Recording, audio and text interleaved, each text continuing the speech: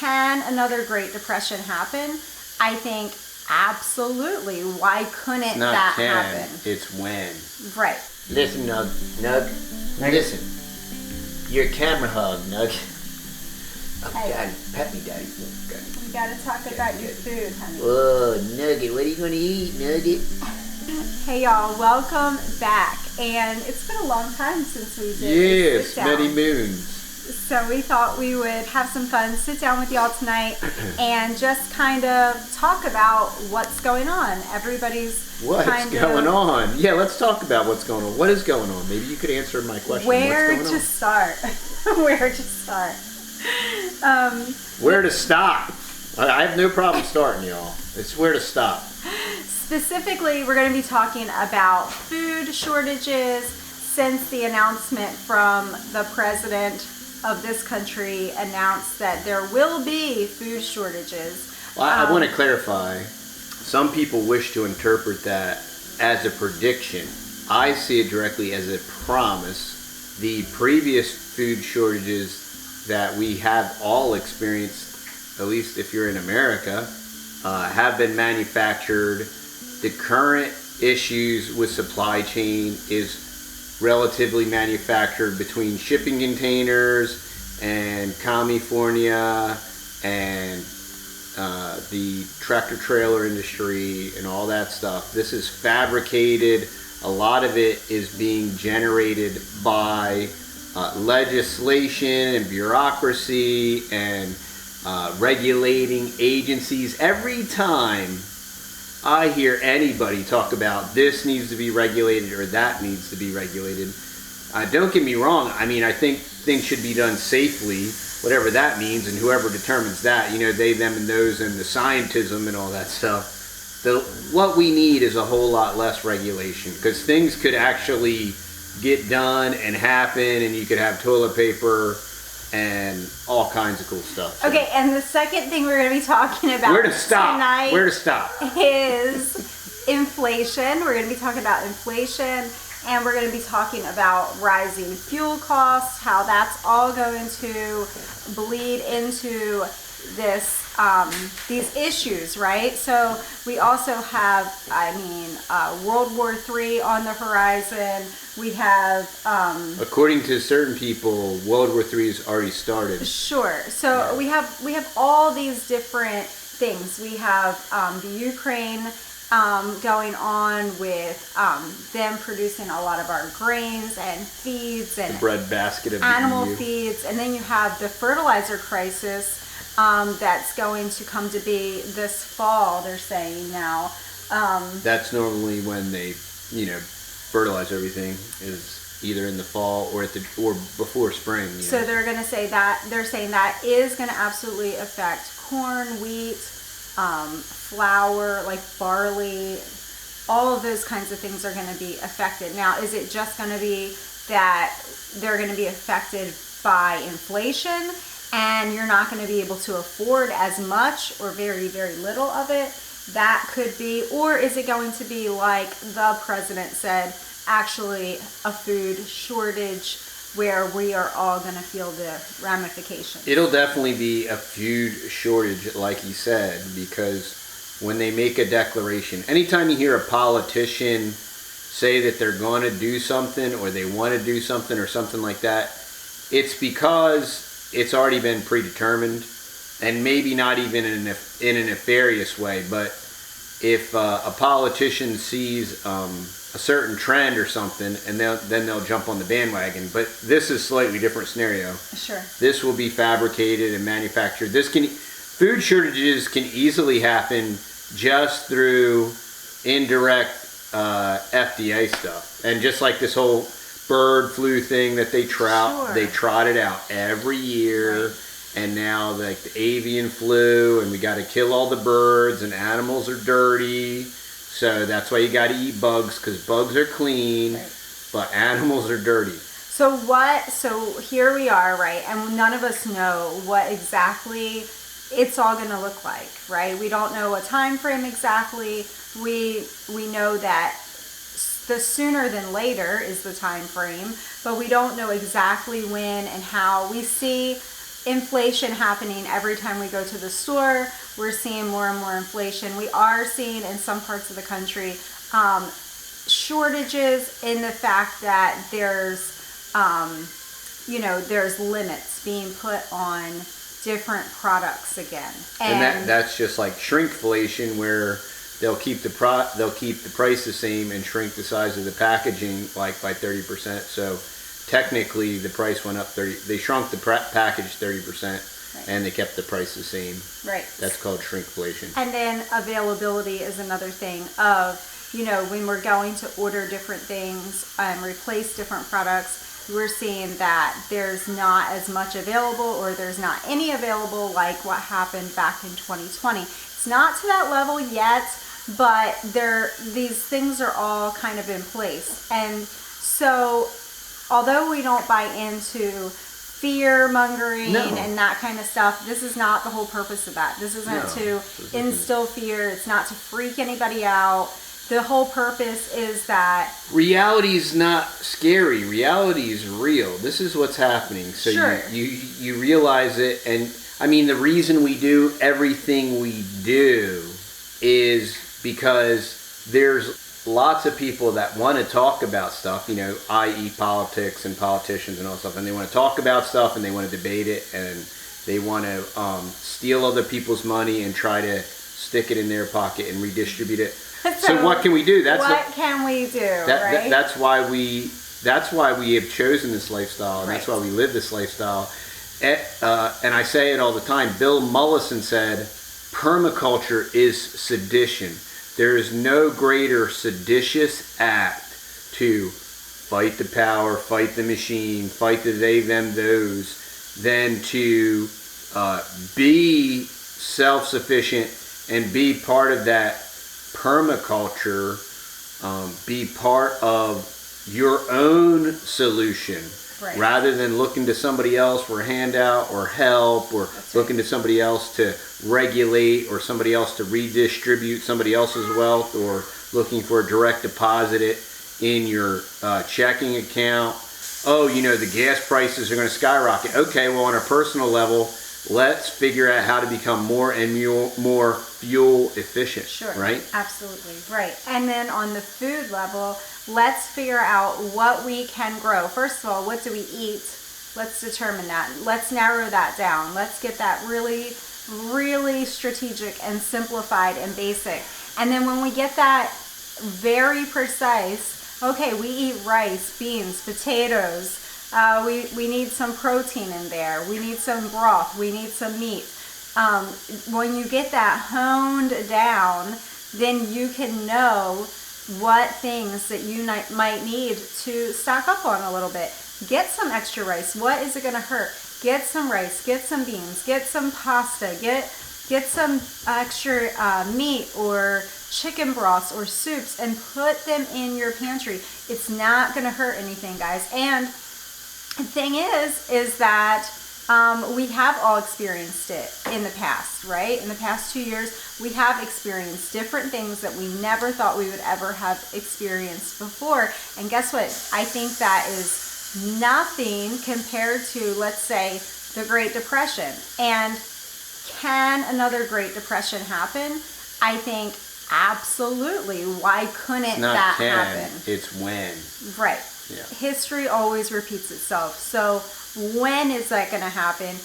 Is that going to be better than the last time, or is it going to be worse than the last time?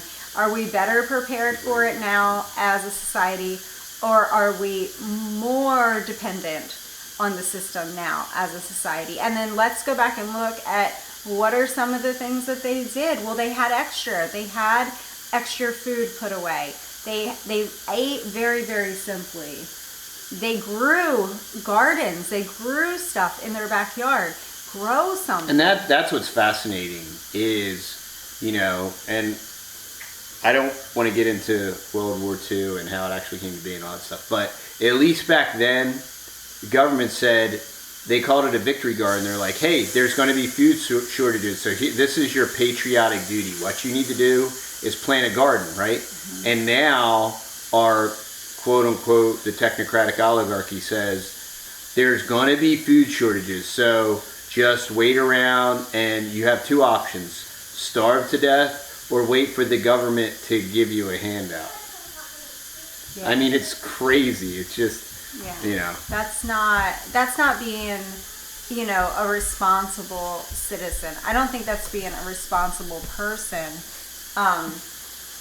You know, let's just be sober-minded. Let's just plan ahead. Let's not work on fear. Let's work on faith, and let's plant something. It's called being an adult. It's called adulting. It's like being an adult, you know? It's like, that's why, you know, maybe I want to have food here. We experienced food shortages when we relocated 8 years ago. We were financially restricted dramatically, you know? And so we ate from our Mylar bags and food buckets for almost the whole entire year. And that wasn't manufactured. That was, you know, that wasn't a political machination. Absolutely. And that kind of stuff happens. There's lots of things that happen. Yeah, just changing jobs, or job loss, or a disability, or somebody gets sick. You know, there's so many things. Tornado. Anything Again tonight, we're under tornado watch. Lots of things can happen, right? But just being prepared. We know that these certain areas are going to be affected. This is what they're saying. We know that inflation is here, and it's creeping up. Super real. You know, and that's super real. So can we prepare to infinity and beyond? No, we're not trying to do that. But, you know, you can give yourself a little grace period of... Do what you can where you're at with what you got. That's all you can do. All you can do. I mean, at least, you know, you make an attempt, you make an effort. We're not prepping for a polar shift, y'all. You know what I mean? I guess that's going to transition us into the next thing, is to start prepping. How do you start prepping? It's been so long now that it's kind of been ingrained in us. It's just a way of life. It's just what we do. We've been doing that since Matt was a baby, basically, young. Yeah, 16 years. Yeah. So, yeah, it's just grab a couple extra cans, grab a couple extra jars, get some good staple foods, pretend a storm's coming. Stuff you eat. Okay? Pretend, if you're up north, pretend a snowstorm's coming. Get things in place that you need to have in place. You know, get peanut butter, get tuna fish, get some soups, get some shelf stable things, and just prepare a little bit. And if it means you have to sacrifice in other areas, you can't go out to eat. Good. You know? I've been telling people to stop eating out. If it means you can't go to Starbucks. Yeah, You good. know, if They're a bunch of commies anyway. If it means you can't drive and make as many trips as you've been making right now, hey, just one tank of gas will pay for a week's supply of preps. Yeah, so just focus in. Just be really, really purposeful on what you actually need. And I highly recommend that Easy Prepping. If you don't know where to start, go to their website. It's just the letter E and then Z, prepping.com. And you can just real quick, within a few seconds, just put in the amount of people that are in your household, the ages, and it'll generate for you a list of where to start with everything, where to start with water, where to start with grains, where to start and with... if it don't look right to you, don't do it. Like, you know, people say, oh, it says that I should have 85,000 pounds of refined sugar. Well, don't do that part. Well, then, if you don't eat refined sugar, then cross that off. Yeah, but then it's not hard. substitute it with a different. If you do honey, or if you do something else, like... Speaking of honey, we have, so we're you know, we had to take the honey down off of the website, but it'll be going back up, and we'll be able to ship our honey out very, very soon, yes. Probably within a week. So I'm really excited we've gotten a ton of emails about honey, and we love your honey, and when can we order more honey? Yeah. We're working on it, and it's almost ready. Give us a week, and I think it'll be back online. Yes, the honey will be back, so we're really, really excited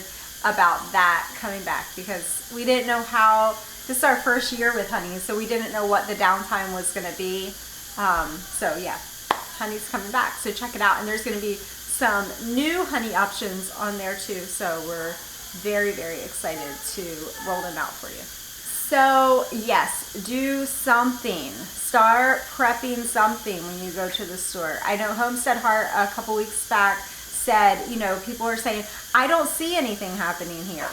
My grocery store is full. I don't see anything happening. When you notice it, it's way too late. When you notice it, it's too late, y'all. She said, good, that's good. Get something. Yeah. Get something then, because that's great. You're not noticing any shortages. You're not noticing any limitations. That's wonderful. That is good for you. That's not how it is everywhere. Get what you need now, okay? Yeah. When you start noticing the shortage, it's going to be too late to get anything, you know. Absolutely. Because there's already going to be allocation. And if you can get anything, it's going to be one of these per, two of these, whatever. And we know it because we did experience that before, you know? So, yeah, so just, you know, work on that. And then as far as planting something, think Victory Garden. Get a tote, okay? Every time you go to the grocery store, whether it's once a week, once every 2 weeks, you know, once a month. If it's once a month, get 2 totes. Get a plastic tote. Get a container, 18-gallon container, and plant something in it. Plant something. It's like dollar cost averaging. You know, when I started planning the food 401k, and I would do a 10% investment a week. So I took 10% of my gross earnings, and I would buy fruit trees and plants with it. And that was my dollar cost averaging. So now Texas Mom is taking that same dollar cost averaging concept and applying it to the tote garden. That's right, a tote garden. Anybody can do it, okay? You might not be able to do a Victory Garden. We don't have the skills. We're however many generations removed from it. You don't know how to till, you don't have time, you're working, whatever. But you can order on your Walmart pickup, or when you go to Walmart to get your groceries or wherever, go to Target, get a 18-gallon tote. They cost $7, and bring it home and fill it up 3/4 of the way with kitchen scraps, with leaves, with compost, with anything. Layer it all up and get a little bag of soil, put it on top, and put some seeds in it. Get it, if you don't have time for seeds and all that, and it's already later in the season, buy a plant. I mean, it's gonna cost you $7 for the tote and what? Maybe $5 for the plant at tops, and put a tomato plant in there. And then, you know what? Put 2 tomato plants in there, and you're gonna have something. It's better than nothing. Anything is better than nothing. I mean, it's you know, and all it is like, you steer a very large cruise ship, you know, it's you have to take a very wide berth, okay, and it's a slow course correction, but everything is a course correction. Your goals and your dreams in life, and trying to attain different goals and dreams, it's all, none of it is instantaneous. None of it's instantaneous. Being debt free, it's not instantaneous. It's all delayed gratification, but you have to course correct. And that, you know, and if you live in a city, you need to course correct, and you need to get out of the flashpoint cities, you know. Right. All you have to do is look at the latest footage in China of the lockdowns, and that is some of the creepiest junk you'll ever hear in your life. And if they turn off the power, which they do, that they have rolling brownouts in China, it would be literally like listening to literally like hell. And that's not an exaggeration. As bad as you think hell sounds, that was some insanely crazy videos and sound bites. Look at a video from the Great Depression, and look at the people that lived in the cities during the Great Depression, and look how they lived. Do you want to live like that? Do you want to be in a line like that around mobs of people that are hungry? If that's how you want to be, you're going to be in a really hard way. So when you have time now, get out now. Get to the country where you can put a tote on your back porch and you can start a little tote garden and grow some food. We were just watching this weekend. We watched the first 2 parts of that documentary, and it wasn't a fancy documentary. This British guy, he just took excerpts from journals and real period books from the Great Depression, and he did this documentary in 18 or 20. It was 20. It was in 2020, and he's reading through this, and it was line by line exactly what we're experiencing now. Because right before the Great Depression, there was the Roaring 20s, so they had this incredible explosion of wealth and wealth creation. We have all this internet wealth, and then there was a migration from the city to the country, which we're seeing, and then there was astronomical real estate prices, and we're watching it. And history repeats itself. The reason we study history is, one, not to repeat it, but we know that history repeats itself. So we're watching history repeat itself.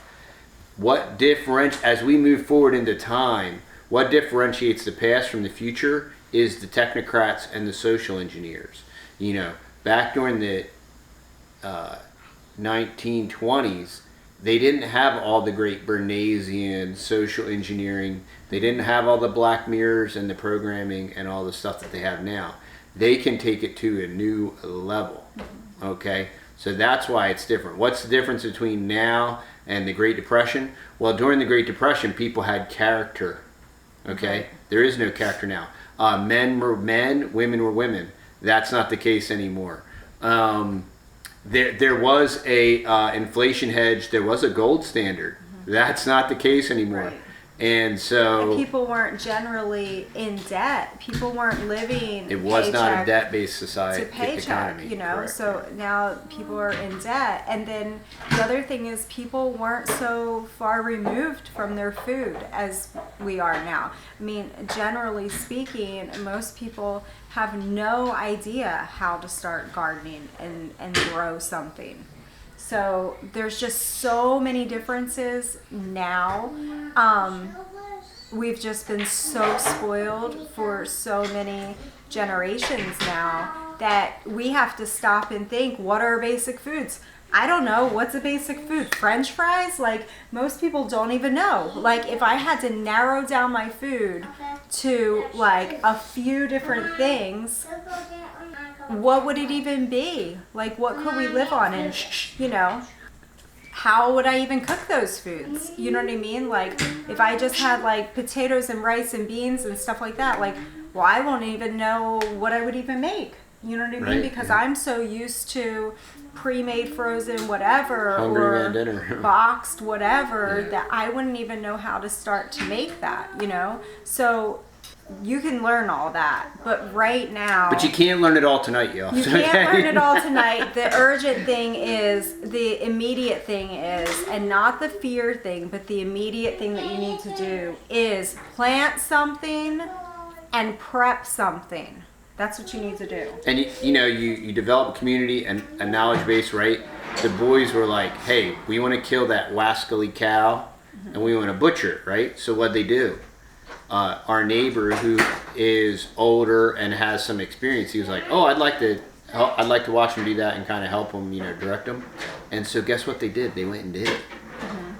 A lot of times, how do you do it? You just got to go do it. And there's momentum in doing something, right? You didn't know you allocated 10% of your weekly wages, I'll just say, for fruit trees, and then you got a fruit tree or two, and you kept planting them week after week after week after week. And then what happens? Momentum, right? Is that, okay, wow. I mean, you look back and in a couple months' time, you have a little orchard, and it's just amazing. And it's the same with the garden. If you plant a tomato plant this week in a tote, and next week you plant a cucumber plant, and next week you plant some herbs in a tote, I mean, before long, you have 10 or 15 totes, and you got a little garden. And it's just like that with the pantry. It's just like that. And before you didn't. have a Right. garden. You know what I mean? Absolutely, absolutely. So we just wanted to get on here and encourage y'all and not to be fearful and not to worry about what everybody else is doing. Don't worry about what everybody else is doing. Don't critique what everybody else is doing. There's no time for critiquing now. If anybody's doing anything, it's a good thing. Let's all just move in a forward direction, and there's no reason to criticize or try to convince somebody of why they should be doing whatever. Let's just, if you see it, if you have your eyes open, if you're sober, just move forward and do something. Prep something, plant something now. Do it now. Well, I couldn't have said it better myself. And I'm not going to say anything because I'll probably go on a 30-minute rant. So. Okay. All right, guys. It was fun. All right, y'all. We'll see you next time. See you on the next video. Bye.